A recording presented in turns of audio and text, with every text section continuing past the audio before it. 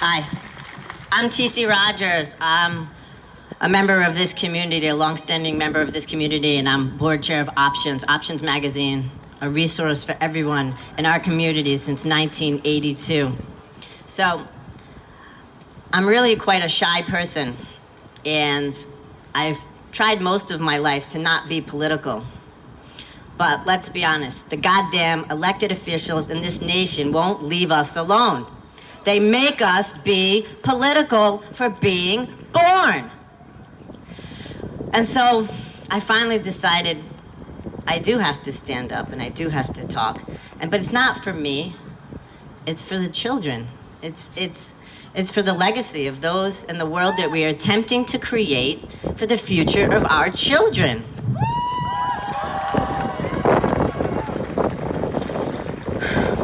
So on Monday, early Monday morning, when I came stumbling down the stairs and grumbling and about this damn memo, my 9.5-year-old said, what's going on? What are you so angry about? And so I told her about the memo. And she said, okay, it's time to start writing our rally signs.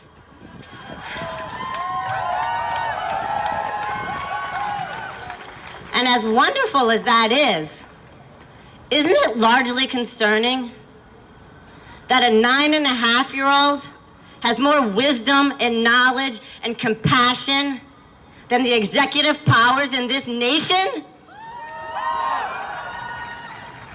That a 9.5-year-old knows what to do, how to treat people? Okay, I'll go to my notes now. Okay, so I want to talk a little bit about why we need to think about voting and how the voting is the long haul, not the short haul. And talk a little bit too about community and bringing our community together. It's well known in many facets that in community organizations there are so many challenges. And I am committing myself, and I ask you to commit to yourself to do the work to bring our community together, to make us stronger than ever, so we are not vulnerable, so we are not admissible to, let's be honest, bullshit. And speaking of bullshit, let's be honest, right?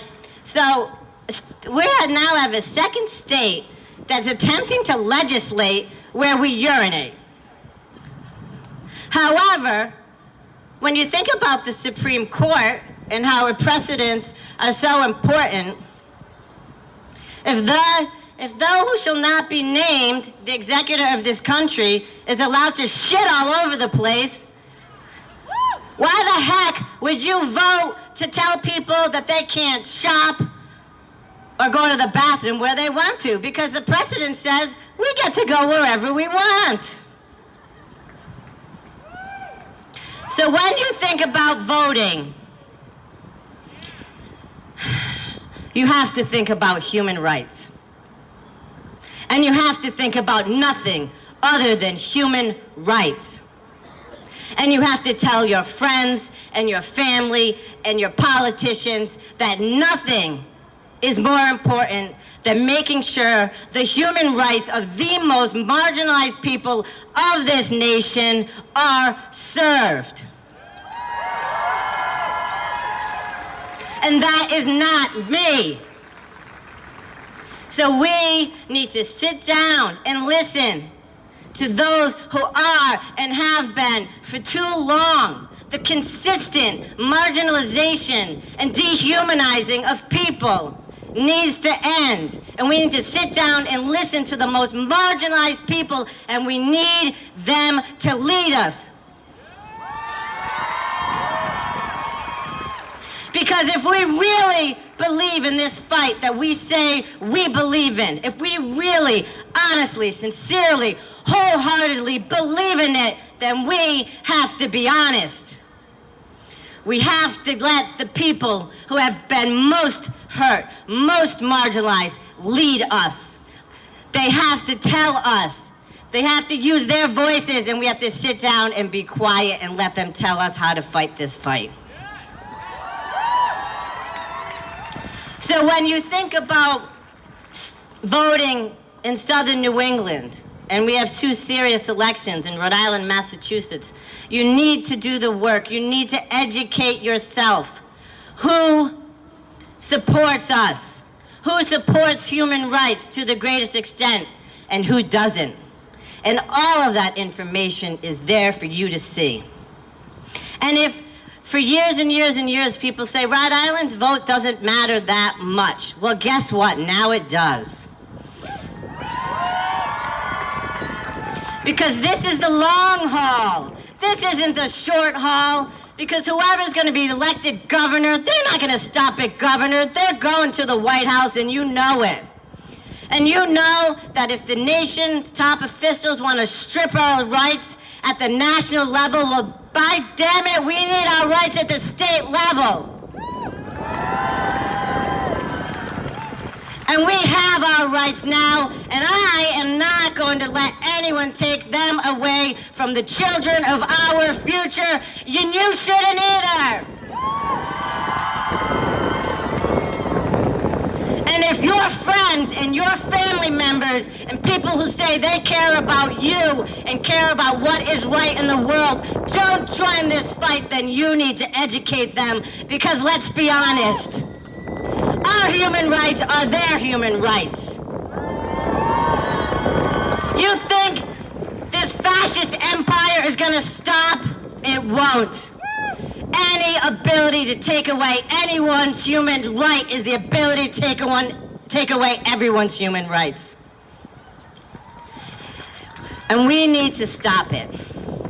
So please, listen to what the people say here today. There's a lot of good information. Ethan Huckle shared a lot of good information. There's so many people here can share. We're going to talk about Proposition 3. Options Magazine has a lot of resources at the back, and it welcomes resources, and use all of the resources that we have here and that you hear about. Because not only do we need to be shown that we exist, we need to use our voices. We need to be loud and popular to belief of thy who shall not be named, who doesn't believe in science. Not only do we not exist, we also don't melt in the rain.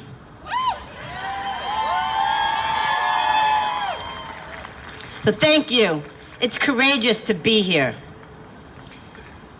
People might be afraid to be here for good reason. For the first time since I took over Options, I got a lot of hate.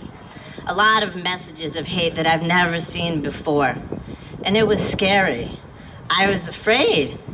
Why are people so angry and so hateful? Why are the citizens of this state need to have so much hate? And the only comfort I have is that they're not educated, and that there is hope for those who are grounded in reality, that we can educate them. And I don't say they're not educated because I'm placing judgment. I'm saying that because the spelling mistakes were horrible. So again, thank you for being here, and keep celebrating our bravery.